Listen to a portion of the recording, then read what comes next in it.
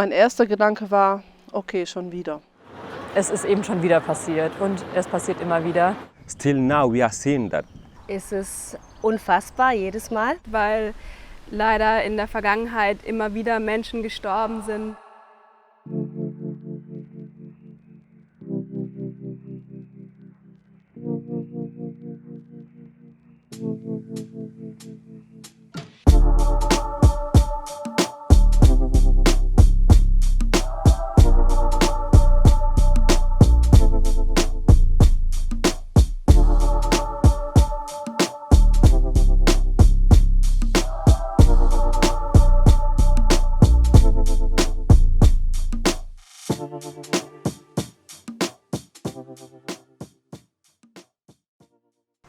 Als ich von Hanau gehört hatte, war, glaube ich, das erste oder die ersten Gefühle, die in mir hochkamen, waren Wut, Trauer, aber auch Unsicherheit. Einfach weil ich wusste, es ist passiert in dem Land, in dem ich groß geworden bin, in dem ich lebe und wo ich einfach nicht mehr sicher sein kann auf den Straßen, weil es mir einfach jederzeit passieren kann. The killing of Hannah and the killing of George Floyd. I feel it, he can like me. I can be killed like how they kill. Ja, also es macht mich mehr traurig und auch macht mir auch sehr Angst, weil das konnte uns alle passieren. Nach den rassistisch motivierten Morden in Hanau ging es mir tatsächlich so, dass ich mich erstmal gefühlt hätte wie ausgeschalten, also als hätte jemand den Pauseknopf gedrückt. Ich konnte das nicht richtig an mich ranlassen. Ja, es war einfach ganz klar, dass Menschen, die anders sind, die von woanders herkommen, wo einfach als fremd wahrgenommen werden hier in Deutschland, dass sie sehr gefährlich leben. Und da gehören wir einfach auch dazu als Community. Dann gab es einige Tage nach diesen Morden eine Situation, dass einer meiner Söhne, der volljährig ist, mir angekündigt hat, dass er heute in die Shisha-Bar gehen wird und ich richtige Angst um ihn hatte. Und auch als erstes den Impuls hatte, ihn zu warnen, ihm zu sagen, geh nicht. Also dieses Video habe ich eigentlich nur angeschaut, weil meine Tochter es mir nochmal geschickt hat und völlig verstört war. Und es war wirklich nicht einfach, das zu Ende zu gucken. Ich habe echt 2, 3 Anläufe gebraucht. Also ich hatte eigentlich ehrlich gesagt einen Satz im Kopf, wann hört es auf? Also wann hören die Morde auf? Wann hört der Hass auf? Wann hört diese Projektion auf schwarze Menschen, in diesem Fall auf schwarze Männer, auf? In the United States of America, George Floyd, my brother, how he died is so painful. And even these days we are even seeing it more. I feel very disappointment. Also meine erste Emotion ist erstmal Schock, dass ich geschockt bin von dem, was passiert ist. Aber kurz danach kommt eigentlich Enttäuschung und das finde ich krass. Das zeigt mir, dass man schon irgendwie damit rechnet, dass sowas passiert. Ich war wütend und schockiert, aber gleichzeitig auch nicht wirklich schockiert, weil leider in der Vergangenheit immer wieder Menschen gestorben sind wegen rassistischen Hintergründen des Mörders. Es sind Leute anhand der Polizei gestorben, anhand von Nazis. George Floyd, das waren ähnliche Gefühle, einfach weil ich wusste, dass diese Gewalt von einem Apparat ausging, dem wir eigentlich vertrauen sollten können, was aber nicht möglich ist. Und das hat es mir einfach ganz deutlich gezeigt. Und es war unglaublich zu sehen, wie dreist und selbstsicher diese Polizisten agiert haben und wie sie einfach keine Angst hatten, dass ihnen irgendwas passiert. Where is the law? We all own the law. We all have to have the same right and the same laws. But the law is white people law, not black people law.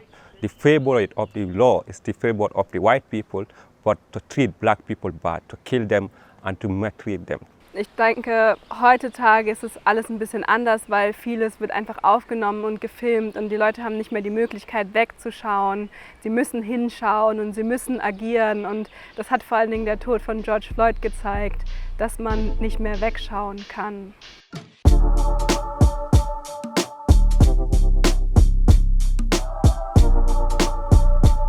Tübingen ist ja an sich sehr offen.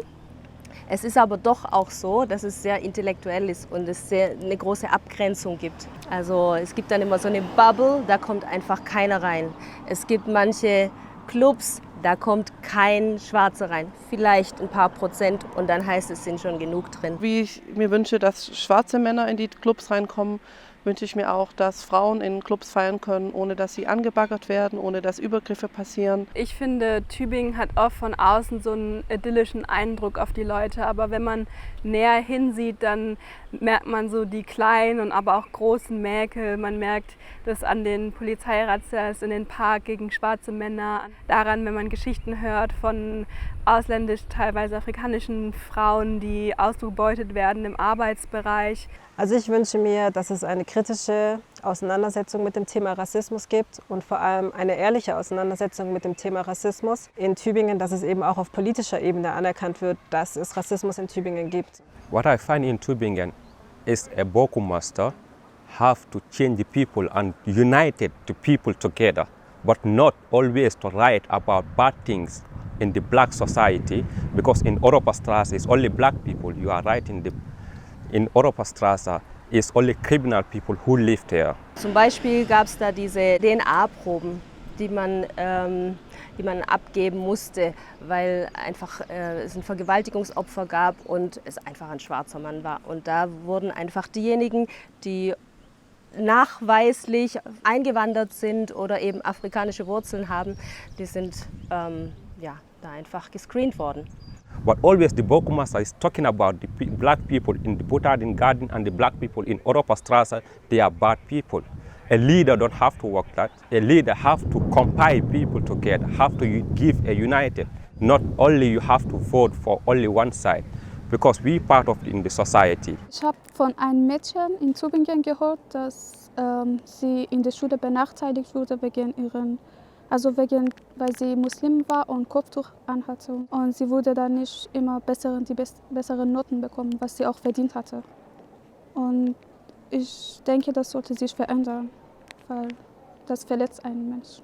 Letzte Woche hatte ich wieder ein Gespräch mit einem Mädchen, das Kopftuch trägt. Und sie hat viel davon erzählt, dass es super schwierig ist für sie, einen Ferienjob zu finden. Einfach nur irgendwie in einer Eisdiele oder in irgendeinem Laden, weil sie sehr oft abgelehnt wird. Meistens ohne direkt die Antwort zu bekommen, warum. Aber also ich würde sagen, es ist recht offensichtlich, warum das geschieht. Und das darf eigentlich nicht sein. Hier in Tübingen nicht und auch sonst nicht.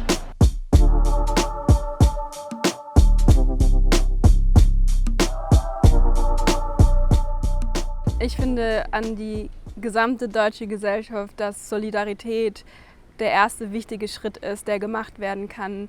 Wenn du siehst, dass im Zug nur eine schwarze Person kontrolliert wird, sag etwas. Wenn du siehst, dass im Club nur weiße Menschen reinkommen, sag etwas. Solidarität ist nicht das Wegschauen, sondern das aktive Hingehen und Mitmachen. Ich denke, das ist das einzige Wichtige, was du direkt machen kannst. Und wenn du dir nicht sicher bist, geh hin und frag, sag mal, brauchst du gerade in dem Moment Hilfe?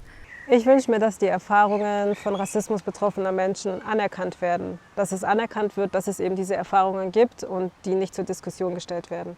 Dass sie uns nicht abgesprochen werden und dass wir auch irgendwie den Raum bekommen, damit umgehen zu können. Wenn ich mir die gesellschaftliche Debatte anschaue oder die Debatte, die deutschlandweit passiert, in Bezug auf Stuttgart, wenn wir zum Beispiel von Deutschen und Menschen mit Migrationsgeschichte sprechen, wünsche ich mir, dass Menschen reflektieren, über wen sie eigentlich sprechen. Also es ist gar kein Bewusstsein da. Ich habe oft das Gefühl, dass wir wie in so einer Zweiklassengesellschaft leben, in einer gespaltenen Gesellschaft und wir auch Worte benutzen und uns gar nicht im Klaren darüber sind, wen wir überhaupt damit meinen. Ja, und dadurch passieren letztendlich auch Pauschalisierungen und auch eine gewisse Kriminalisierung. Dann wünsche ich mir schon auch, dass es jetzt in Bezug auf das Thema Polizei, wie schon lange gefordert, eine unabhängige Stelle gibt, an die sich BürgerInnen wenden können, wenn sie Konflikte mit der Polizei haben. Auch in der Schule zum Beispiel allein schon mehr über den Kontinent Afrika zu lernen, um eben diese Stereotype loszuwerden, damit wir auch wissen, dass es sich dabei auch um Menschen handelt. Auch politisch gesehen könnte noch viel mehr getan werden. Es gibt viele Dinge, die man tun könnte für geflüchtete Menschen. Und ja, sei es Arbeitsverbote aufzuheben oder Menschen irgendwie unter menschenwürdigen Bedingungen leben zu lassen. What I wish in the German society concerning the racism is they have to stop a racism, to put people together we can be united as a black man and white people. Black people cannot go without white. White cannot go without black, because we, all of us, if we are united, we are in big happy family.